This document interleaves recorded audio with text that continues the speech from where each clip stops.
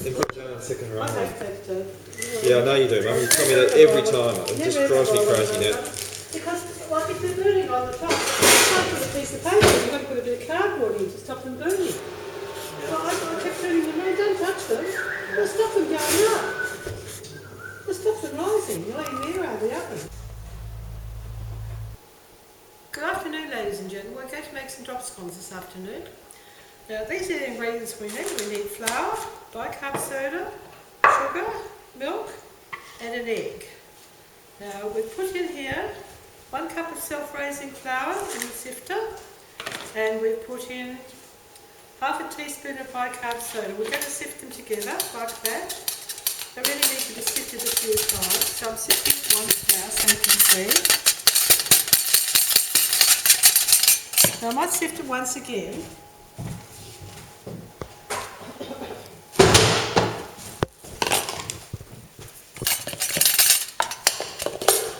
I usually sift my flour 3 times.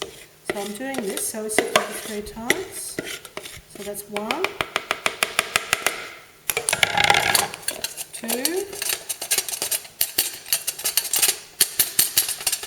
This is a single sifter, so I'm only sifting it once. Some sifters are double sifters, but this is a single sift because it's easier to use. This is the 3rd sift. This makes the flour light and gets some air through it, so it's all not stuck together. I need 1 egg for this, so I'm going to crack the egg into a bowl like that, and I'm going to start whisking it up. And then it'll take a while to whisk it up, and then when it's done, I'll come back and show you the rest later. We've got the salt here, we've sifted it 3 times, and we're now going to add the sugar. How much is it? It's a quarter of a cup of sugar. Quarter of a cup of sugar. We're adding that to the flour, and then that seems a lot of sugar. I think it's all right. In another bowl, we've beaten the egg. Now we've beaten the egg, and we have to add the milk to it. The milk to the egg, and we beat them together like this. We beat them together. When they're beaten together, we make a hole in the centre. We make a hole in the centre of the flour like this. And we add the milk gradually like this. We've beat it all in and mix it all in until it's a nice smooth consistency. We've added the eggs and the milk to the flour and the sugar. And we've beaten it up so that there's no lumps in it. So we're going to pour it into a jug like this. And we're going to let it stand for a while because while we heat up our pan to cook the drop scones in. It's quite good if it stands for a while because it gets a little bit thicker and it's not so runny. But it's actually about this consistency of cream. This is the mixture. We've let it stand for a while. Now we're going to cook them.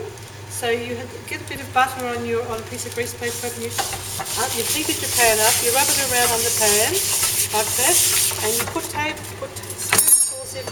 Put 1 spoonful in at a time into the pan like this. And then you have to let it spread out and leave it there until you see bubbles forming on the top of it.